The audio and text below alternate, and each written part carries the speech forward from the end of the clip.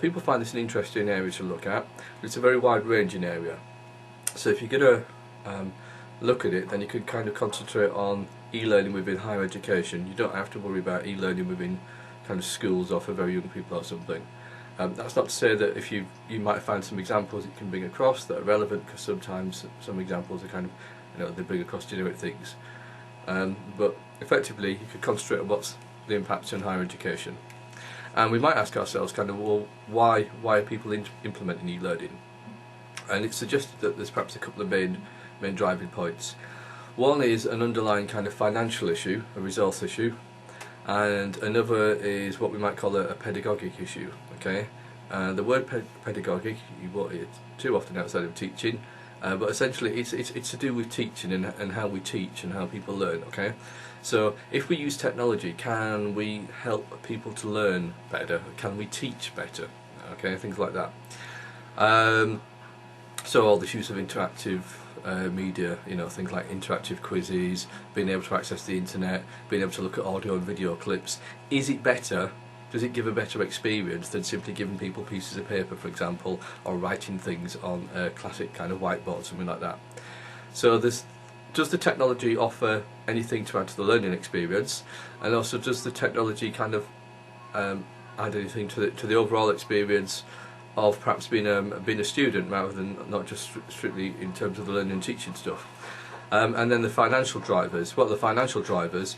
Well, a bit like companies and organisations that implement things like intranets and computer-mediated communication, universities see net benefits from it. Okay, so although there's a kind of a narrow way that you can look at e-learning, just think about it in terms of learning and teaching, it'd be perfectly legitimate actually to extend it to the use of technology generally and have a little discussion around that if you wanted to do so. You don't have to.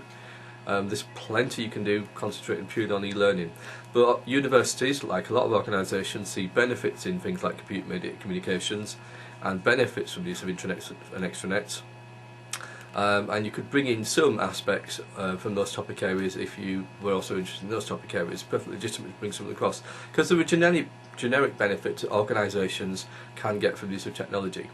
And one of the main drivers for many universities is that they're looking at two things. One is they're looking at a way of reducing their costs effectively. Many universities have large campuses, they've got large estates of property, and perhaps if we have less time in the classroom, okay, by mediating through technology, by having meetings, some of which, rather than us gathering in the classroom, are actually based around sort of meeting online, or using email to exchange information, or using sort of web messaging boards, whatever it happens to be, whatever particular technology is. It means perhaps that you can get you can cut down on your estate. You can perhaps sell some of it off, it's very profitable, or you can make better, more efficient use of it. Or you may look at just simply making better use of the estate through things like electronic timetabling. Think of NTU, we've got electronic timetabling, for example. And the other thing that you might do is you might expand effectively your kind of customer base, because rather than just drawing in people who physically come to attend your university, you could indulge a lot more in kind of distance learning practices. So you think of something like the Open University, where it does have a campus and people do attend for a small amount of time. Okay, and an awful lot of the interaction takes place without people attending a campus. Okay, and it's people who are dispersed all over the world. And there are other universities who offer specialist distance learning courses and things, which again, they can then pull in potential customers, paying students from all over the world. People perhaps couldn't attend Nottingham, okay, but people based in China or based in somewhere in Europe or wherever, they could sign up and they could take part in your courses by using distance learning techniques that the technology enables. The vast majority of teaching and learning actually involves something called what we call blended learning, and that's what you've experienced this year. And it's a mix of where quite a lot of the time you're still in the classroom, you're still being given handouts, it's still me stood at the front and I'm pulling up a PowerPoint and talking about it, okay, to you. My PowerPoints might have audio and video clips put in, but essentially you come and I talk to you. Supplemented with additional things. So think of all the email materials that I mail out to you, think of the extra materials I put on the VLP, think of things like the video clips I put on YouTube and stuff. So you're not a proper distance learning student because you're still coming into classes for my module and certainly on many other modules, but hopefully you're getting some benefits from the use of technology. And a kind of another argument that says, well, just education has to, just keep up with things, full stop. You do a lot of online banking in your personal life, you can do your online shopping from Tesco and all kinds of other services, so why shouldn't you be able to access some of your learning materials, for example, through the web, or by using your mobile phones to pick up messages, or being able to watch video clips on your iPods and things like that. So it's an interesting area. And it's one of those things that, to some extent we're recognising that technology is being used by people anyway, so let's make use of it, and we can perhaps overlay educational benefits onto it. So you've bought yourself an iPod, for example, and we can supply then teaching materials as files that you can play on your iPod. You've got broadband internet access in the house that you're living in while you're a student here, then perhaps we can supply materials through the VLP or other sources that you can then access and take advantage of it. So it's that thing about to some extent sitting on top. The university itself, like many universities, also will have specialist services. So think of the VLP, that's a good example.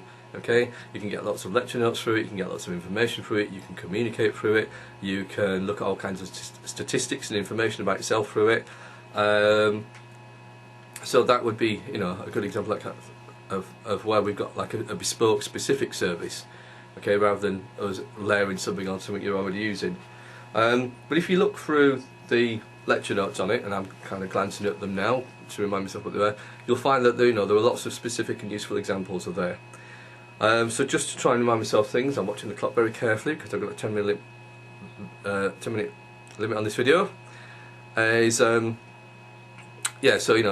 there's lots of universities have invested lots in providing email facilities, providing things like the virtual learning portal, things like that.